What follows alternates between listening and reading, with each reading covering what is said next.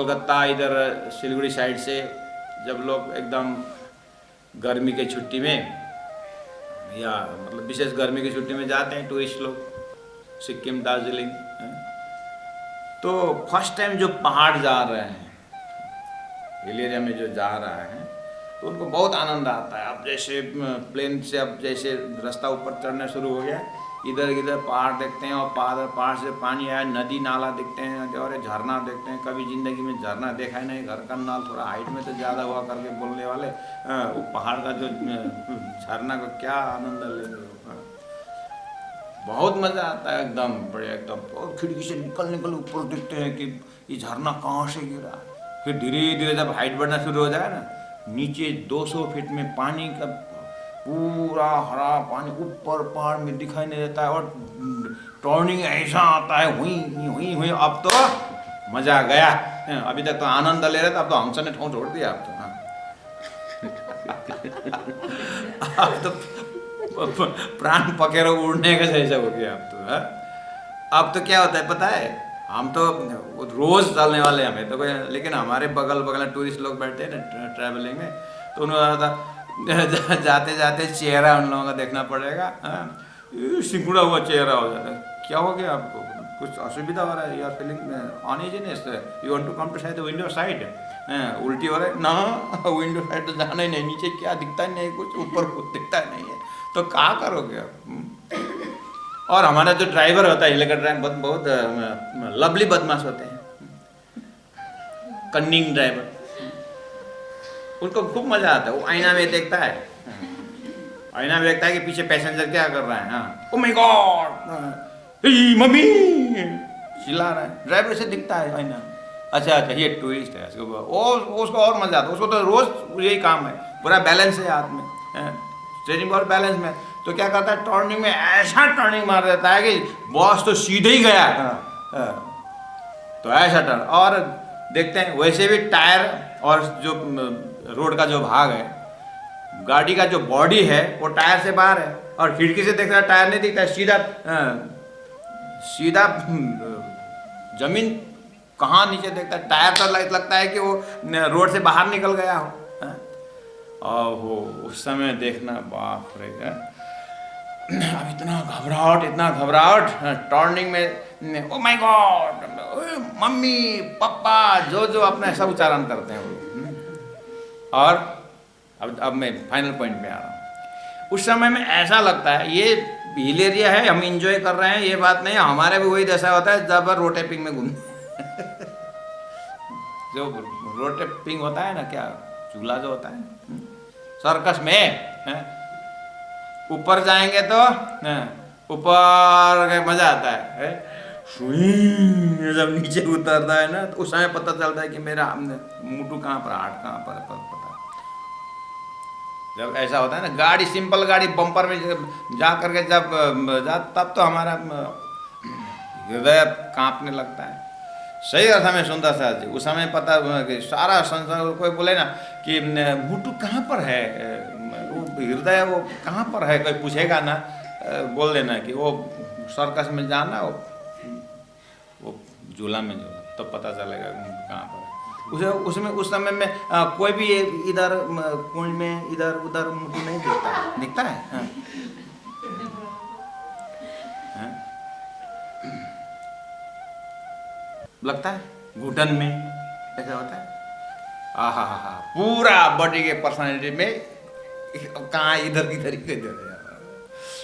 जहाँ पर सब नस जाकर केंद्रभूत हो जाता है, बस वहीं पर हार्ट का वहीं पर दर्शन होता है।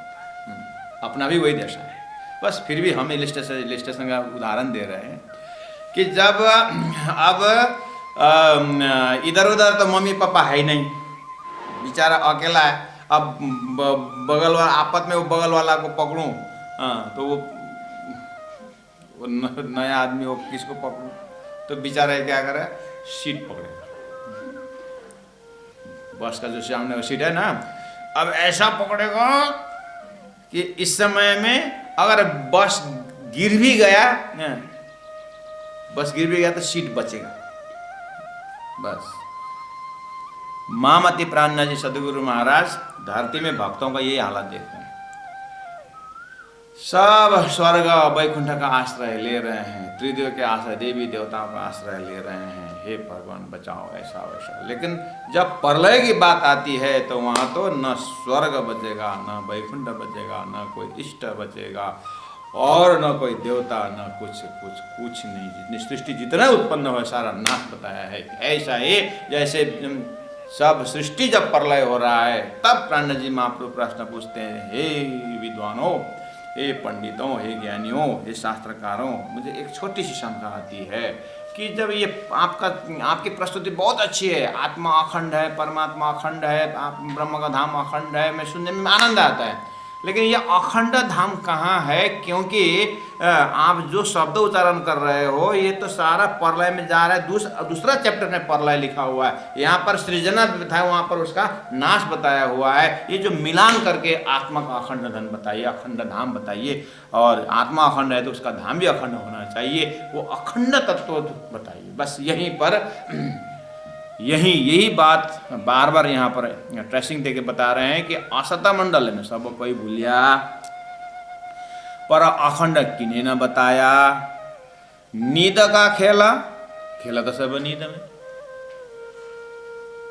निंद्रा का ये अज्ञान का ये खेल है, और इसी अज्ञान से उत्पन्न होते हैं, अज्ञान में नाश हो रहा है। निंद्रा में उत्पन्न है, निंद्रा में नाश होता है।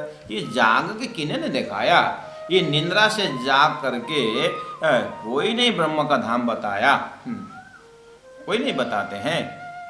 इस तरह सृष्टि की बहुत बड़ी समस्या है सुंदर साधु जी। किरंतन ग्रंथ में है हम लोग, और किरंतन को हाथ माना गया। यहाँ पर बहुत सारा पॉइंट और बहुत सारा प्रसंगों को प्राणनाथ जी ने टच किया है। इसलिए किरंतन ग्रंथ 14 ग्रंथ का भूमिका भी है, और सर्वदेशी चर्चा है। यहाँ पर प्रेम की बातें, ज्ञान की बातें, कुरान पुराण में सभी चीज़ें, इसीलिए मेहनत ज़्यादा किरंतन में पड़ता भी है। और आप लोग अब इसको समझने के लिए बैठे हैं, हम लोग सब इसके ऊपर चिंतन कर रहे हैं, प्राणनाथ जी के साथ साथ चल रहे हैं। और ये भी ध्यान रखना है कि ये सारी समस्या है विश्व की। प्राणनाथ जी महाराज तुरंत ऊपर में समस्या बताया, दूसरे में सॉल्यूशन दे दिया, ऐसा नहीं। सॉल्यूशन कब देंगे अब सारा? तो मेनली जब यहाँ समस्या करने आने के बाद तो हे प्रभु, हे प्राणनाथ जी, आपने समस्या बता रहे हो, सॉल्यूशन भी बताओ। जब बोलेंगे तो अच्छा तुमको सॉल्यूशन भी चाहिए, ओहो, तो फिर सदगुरु के पास जाओ। इसी प्रकार के नीचे आ रहा है, सदगुरु सोई मिले जब साचा, तब सिंध बिंद पर जाए। बस सीधा बोल दिया सदगुरु। इसीलिए खोजता सदगुरु पाइए, सदगुरु संग करता, ये भी तो इसी में है।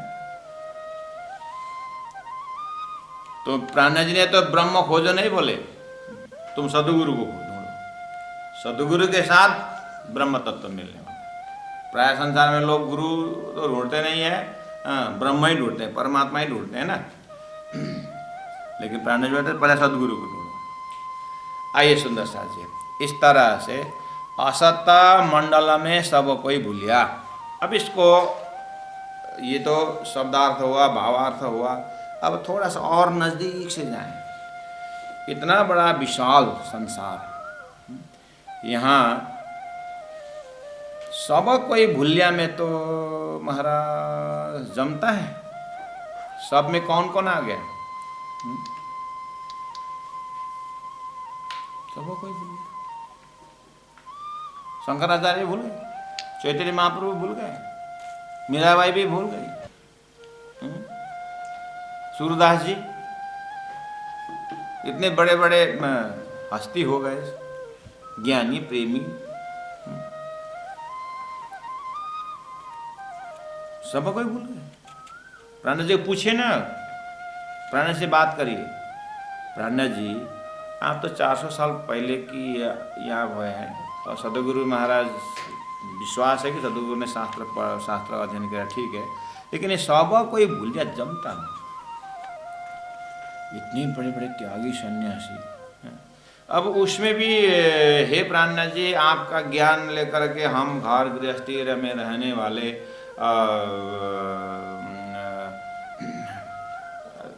कोई इधर उधर कोई घर में कोई डिस्टर्ब हुआ तो हम तो तड़पते हैं, रोते हैं, और उनके सामने में हम बोलें कि सब भूल गया, बस हम अकेले जग गए। अब आपके सत्संग से तो ऐसे ही बोलना पड़ेगा, आपके तारतम्य ज्ञान से तो हमको ऐसे ही बोलना पड़ेगा कि सब भूले हैं, हम जगे। और हम जगे बोलना तो थोड़े हंसी की बात होती है। चैतन्य महाप्रभु जैसे जो प्रेम के अवतार मानते हैं वो भूल गया और हम जगे। शंकराचार्य जैसे वो जगे, हम भूलिया, वो भूले, हम जगे। प्राणनाथ जी, आप सतगुरु जगे वो बनता है, हम विश्वास करते हैं, वो भी हम विश्वास करते हैं। आप प्राणनाथ जी मंत्री थे पहले, और सतगुरु की संगत करके आपने फिर जमात लेके चले। तो परमात्मा श्री कृष्ण जैसे व्यक्तित्व,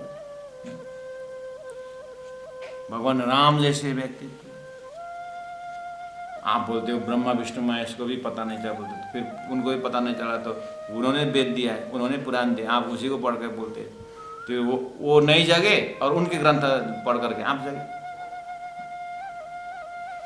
प्राणनाथ जी, आपके शब्दों से अविश्वास की बात नहीं है, लेकिन थोड़ा हृदय में शंका उत्पन्न होता है।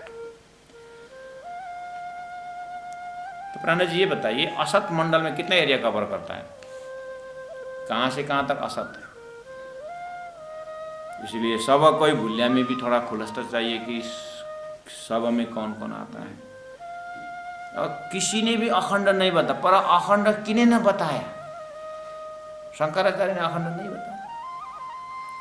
वल्लभाचार्य तो 10वें शतक टीका ही किया, उन्होंने अखंड नहीं बताया।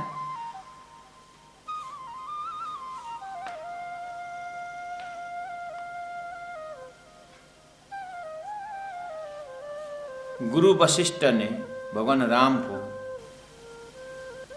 भगवान अवतार को भी गुरु है, उन्होंने अखंड नहीं बताया।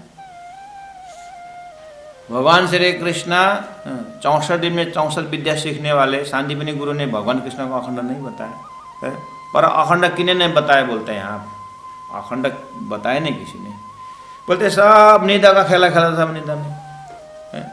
भगवान राम भी निद्रा में है और वो वशिष्ठ भी निद्रा में है, निद्रा का खेला खेला सब नहीं। गुरु भी निद्रा में, शिष्य भी निद्रा में, यही है, यही सिस्टम है क्या? और जाग के किने ने दिखाया? जाग करके किसी ने भी नहीं देखा।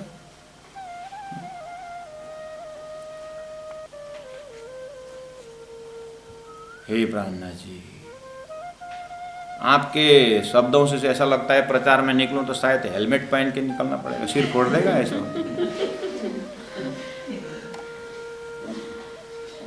थोड़ा कवच, लोहा का कवच पहन के, उसको हेलमेट पहन करके प्रचार में जाए क्या? आप डंडा खिलाओगे इस तरह से? एक आदमी एक महात्मा को पूछा, एक महात्मा ने उसको पूछा कि भाई कितना बजा? तो एक डंडा मारा, बोला कि 1 बजा। और बाहर आके बोलता, यार एक मूर्ख को मैंने पूछा कि कितना बजा, तो 1 डंडा मारा। तो फिर उसको कुछ नहीं बोला आपने? महात्मा जी आए, अपने को धन्य समझा, अगर 1 घंटा पहला पूछता तो 12 डंडा। अच्छा हुआ कि 1 घंटा बाद में पूछा था, 1 ही डंडा खाया। प्राणनाथ जी, आप कितना डंडा खिलाओगे? ऐसा प्रचार करो, असत मंडल में सब कोई भूल गया, पर अखंड किने ने बताया? सब निंद्रा का खेल नहीं खेलना।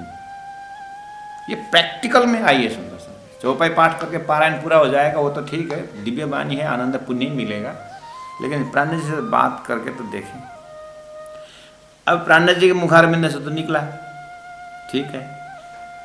अब प्राणनाथ जी क्या बोलते हैं कि न हमने वेद पढ़ा, न हमने वेद पढ़ा, न उपनिषद पढ़ा, हमने तो कुछ नहीं पढ़ा, हमने तो बस सदगुरु के साथ सत्संग किया। अरे इसका मतलब सतगुरु के सत्संग किया तो सतगुरु ऐसे बताते थे? मैंने कहाँ से लाया था भाई, सतगुरु के तरह। अच्छा, फिर चलो सतगुरु से पूछते हैं। सतगुरु महाराज, आपने 40 साल शास्त्र अध्ययन किए, वो तो जानते हैं, लेकिन आप कैसे बोल सकते हैं कि असत्य मंडलम सबको कोई भूल लिया? आपको कांजी भट्ट ने 14 वर्ष तो उन्होंने पढ़ा। हरिदास जी ने, हरिदास जी आप तो गुरु की, उनको गुरु बनाए थे, उन्होंने अखंड नहीं बताया।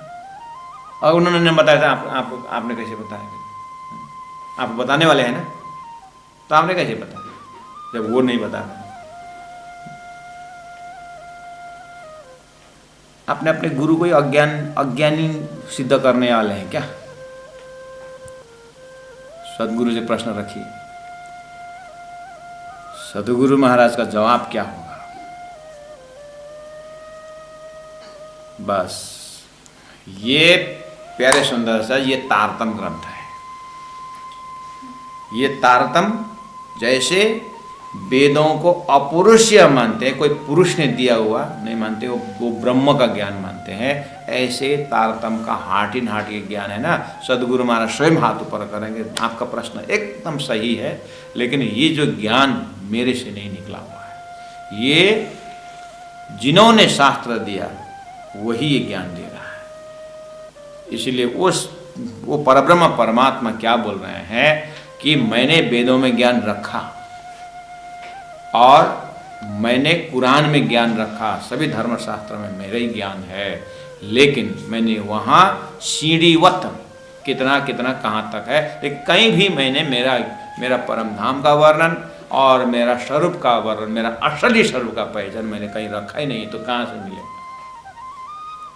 वो उनकी बात है। सदगुरु का जवाब बहुत प्रेम से है, ऐसा नहीं बोले कि हम जानते हैं तो हम जानते हैं और तुम नहीं जानते, ऐसा नहीं है। सूर्य जान सकता है कि दिया में कितना उजाला है, लेकिन दिया कितना अंधेरा है और कितने तक अपने प्रकाश को फैला रहा है, दिया नहीं जानता, लेकिन सूर्य जानता है कि इसमें कितना प्रकाश है। ऐसे ही परब्रह्म परमात्मा ही जानते हैं कि धरती में कितना ज्ञान, कहाँ तक की ज्ञान है। इसीलिए प्यारे सुंदर साहब जी, तारतम ग्रंथ जो है, तारतम ज्ञान जो है, ये ज्ञान को कोई व्यक्ति विशेष से नहीं बोल रहे। इसलिए प्राणनाथ जी को आप पूछो, सतगुरु के आप पूछो, बाद में जा करके जो सतगुरु को दर्शन देकर, जिस स्वरूप ने दर्शन दे करके जो बात कही है, वहाँ पर बात रह जाता है। और सतगुरु का जो दर्शन को पक्ष भी आप जब देखेंगे, ध्रुव प्रहलाद को दर्शन मिला तो बोले बेटा तुमको क्या चाहिए? फलाना चाहिए, ये चाहिए, वो चाहिए। सदगुरु महाराज को क्या चाहिए करके पूछा ही ना, तुम कौन हो करके पूछा। क्या चाहिए बोलो वत्स करके नहीं, तुम कौन हो जानते हो, प्रश्न ऐसा है। तो परब्रह्म परमात्मा के आप जो तारतम जिस तरह से सिस्टम बताता है, वहां पर इसका बात, इसीलिए असत मंडल में सब कोई भूलिया। तो ये असत मंडल तारतम के उजाला से देखना होगा कि 14 लोक, अष्टावरण, ज्योति स्वरूप, गायत्री, मौत, शक्ति, नारायण का ये जितने भी उत्पन्न हुए सृष्टि सब असत सृष्टि। तो अब कड़ी क्या है कि शास्त्र में है वर्णन, नारायण से शंभु से समृत्य स गुणान बहुन, नारायण से उत्पन्न हुआ जो सब नाशवंत है, उपज्यो सो तो रहो नहीं, कोई जो उत्पन्न हुआ है, इस तरह से शास्त्र में बताया हुआ है। वो तारतम्य सिलेबस में बैराट का जो ज्ञान है ना, हमने शुरू में भूमिका में बोला है, वितक साहब में भी हम यही बात रख रहे हैं कि तारतम्य सिलेबस में एक बैराट है, जो भगवान श्री कृष्ण को, अभी श्री कृष्ण अर्जुन को बैराट स्वरूप दिखाया था, ऐसे तारतम के बैराट है ये। तो यहीं पर परब्रह्म परमात्मा का धाम और परमात्मा के धाम से यानी परमात्मा से अंश अक्षर ब्रह्म द्वारा जो खेल की बात है, तो इसीलिए असत मंडल एरिया कहाँ से कहाँ तक, तो अक्षर का सपना का शरीर असत मंडल में। अब ये असत मंडल में पूरा नारायण शेष नारायण जितने भी ये सपना की बुद्धि है, इसलिए असत कोई भूलिए आप, पर अखंड अर्थात वो स्वप्न की बुद्धि जागृत का भूमि नहीं बता सकता है, उनकी गलती नहीं है। वो देवी देवता वो त्रिदेव उनकी गलती नहीं है, वो व्यवस्था ही ऐसा है, सृष्टि की व्यवस्था, वो बता नहीं सकते। जैसे आपके सपना में गया हुआ साथी जो है आपको सोया हुआ शरीर के विषय में नहीं बता सकता है, इसीलिए पर अखंड किन्हीं ने बताया, अखंड कोई बता ही नहीं पाए। अब नींद का खेल सब खेल, आपके सपना में जो साथी जितने भी उत्पन्न हुए वो कहाँ से उत्पन्न है, आपके निंद्रा से तो उत्पन्न हुए। ऐसे ही परब्रह्म परमात्मा के मोह अज्ञान भरमन कर्म काल और शून्य ये नाम सारे निध के निराकार निरंजन अक्षर के ऊपर जैसे परामर्शी पड़ी, तो अक्षर ब्रह्म स्वप्न में जाने के बाद स्वप्न सृष्टि शुरू हो गई। तो स्वप्न के सृष्टि में नारायण शेष नारायण जितने भी जो देवी देवता जहाँ तक हमारी मन वचन पहुँचता है स्वप्न के बुद्धि वहीं तक जानते। इसलिए नींद का खेल, अज्ञान का जो खेल है, खेला था सब नींद में, इसके नींद उसके नींद उसके ऊपर उसके नींद, सब निंद्रा का ये सब विस्तार है। इसलिए जाग के ये जो स्वप्न के ब्रह्मांड से जाग करके किसी ने जाग के नहीं देखा है, क्योंकि देखा ही नहीं सकते। स्वप्न की बुद्धि जागृत में आ ही नहीं सकता, और जब तक सपना देखता है जागृत को ज्ञान नहीं होता है। जब जग जाता है तो सपना टूट जाता है, तो किसको कौन दिखाएगा। तो पूरा सृष्टि की एक साइंस है, उसको तारतम्य द्वारा देखे बिना इसका अर्थ भी नहीं खुलेगा। और सृष्टि में जो शास्त्र जो कहना चाह रहे हैं, शास्त्र जिस भाव को व्यक्त करना चाह रहा है वो भाव भी पकड़ा नहीं सकता। बस यही समस्या उलझन के बीच ही तारतम्य का आगमन हुआ है, ये तारतम्य मास्टर की। अब आइए सुंदर साहब जी, ऐसे होने के कारण यहाँ पर सदगुरु महाराज स्वयं ऐसे क्रॉस क्वेश्चन में सदगुरु भी चुप रहते हैं, क्योंकि स्वयं सदगुरु महाराज कहते हैं कि ये मेरी बुद्धि की बात नहीं। अगर मैंने शास्त्र पूरा टटोलते समय मैंने 40 वर्ष का अध्ययन से उतना प्रश्न का जवाब नहीं दे सकता क्या? तू कौन, आए थे क्यों, कर मैं क्यों चुपचाप रहा? शास्त्र में यही एक तरफ अच्छी तरह से वर्णन किया है भगवान का स्वरूप का, और दूसरी जगह नाश बताया है, और तीसरा के लिए उत्तम पुरुष बोल दिया है, अक्षरात परतः पर बोल दिया है। तो उसका कोई व्याख्या हो तब। सच्चिदानंद बोल रहे हैं, फिर नाश भी बोल रहे हैं, ये कंफ्यूजन है। तो लेकिन कंफ्यूजन वो मेरे अज्ञान के कारण हुआ। जैसे ही तारतम आया, धनी ने जब तारतम दे करके फिर दिखाया, तो फिर तो अरे गुणांग इंद्रिय ब्रह्म तक नहीं पहुंचता है। वो बात दिखा तो किसका नहीं पहुंचता है?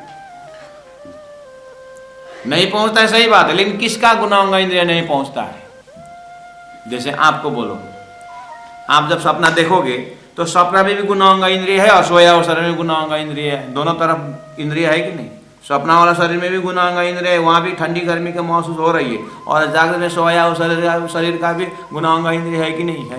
तो आपके जागृत में जो सिंहासन है, जागृत में जो परमात्मा है, वो परमात्मा कोई सिंहासन में बैठे हैं, तो गुणांग इंद्रिय वो सिंहासन टच करने का पहुँचता है कि नहीं पहुँचता है? जागृत का गुण इंद्रिय पहुँचता है, स्वप्न का गुण इंद्रिय वो आपने जागृत नहीं पहुँचता। इसीलिए गुणांग इंद्रिय नहीं पहुँचता है करके शास्त्र, ब्रह्म तक गुणांग इंद्रिय नहीं पहुँचता है बोला है। अब प्राणा जी पूछते हैं, ठीक ही बोल रहा है, ठीक ही बोल रहे हैं, नहीं पहुँचता है। तो फिर नहीं पहुँचता है तो फिर हम कैसे पहुँचेंगे? ठहरो ना, किसका नहीं पहुँचता ये भी पूछा। नहीं पहुंचता सही, लेकिन किसका नहीं पहुंचता है? स्वप्निक जीव का नहीं पहुंचता है, स्वप्निक शरीर जागृत नहीं पहुंचता है। इसलिए तो संसार सपना है। संसार सपना है, कहाँ से आया ये संसार सपना है? हर कोई बोलते हैं, हमारे गांव में बोलते थे लोग, 2 दिन का राम छाया। ये ज्ञान कहाँ से आया? अगर ये सपना है तो फिर सपना देखने वाला कौन है? Is a dreamer, then who is the dreamer? If it is a dream, then dreamer must be somewhere. सपना देखना तो होना चाहिए, और सपना देखने के लिए निंद्रा चाहिए। निंद्रा में ना थोड़ी ना कोई सपना देखो, स्लीपी फीलिंग तो होना पड़ेगा। तो सपना देखने से फिर बोलते ये सृष्टिकर्ता ब्रह्मा जी, ब्रह्म है, ये त्रिदेव ब्रह्मा विष्णु नहीं है, हाँ ब्रह्म है, ब्रह्म सृष्टि करता है। तो ब्रह्म सृष्टि करता है, तो ब्रह्म को सृष्टि करने के लिए तो फिर सृष्टि सपना का है, और सृष्टि सपना है तो फिर सपना के लिए निंद्रा चाहिए। तो ब्रह्म के ऊपर निंद्रा कैसे हो सकता है? निंद्रा मतलब अज्ञान, तो ब्रह्म भी बोला और अज्ञान भी बोलना, ये कॉन्ट्रडिक्टरी स्टेटमेंट हुआ महाराज। ब्रह्म के ऊपर फिर प्रणय जी महाप्रभु प्रवचन करते करते बोलते थे कि ब्रह्म के ऊपर आवरण हुआ, ब्रह्म को फिर नींद आ गई, यानी ब्रह्म को माया ने आवरण किया तो सृष्टि बनी। फिर आप भी बोलते हो ब्रह्म के फिर प्रकाश बोलते हो, प्रणय जी बोलते हैं मैंने ब्रह्म के ऊपर आवरण बोला ना, पर ब्रह्म तो नहीं बोला ना मैंने, हाँ पर ब्रह्म तो नहीं। तो फिर पर ब्रह्म और ब्रह्म दो है क्या? मैं नहीं बोल रहा हूँ दो है, तुम्हारे शास्त्र में लिखा उत्तम महापुरुष ब्रह्म पर ब्रह्म कहाँ से आया? अक्षर और अक्षरातीत क्यों आया? वही है। तो अरे भाई ये सब ज्ञान आपको कहां से मिलता है? सदगुरु के पास जाओ। हाँ तो हमारा भी सदगुरु क्या है? तो फिर पूछो, अपने सदगुरु को पूछो। फिर नहीं, उन्होंने मैंने पूछा था नहीं, सदगुरु नहीं मतलब गुरु हो सकता है? सदगुरु नहीं हो सकता, सदगुरु के पास सब ज्ञान होना चाहिए। अरे महाराज क्या झंझट मोल दिया, मेरा 55 साल तो सारा खत्म हो गया तब तो। साधना किया 55 साल हो गया, कुछ हाथ में नहीं आ रहा है क्या? मैं नहीं जानता, नहीं आया हो तो नहीं है तो जल्दी गुरु करो। फिर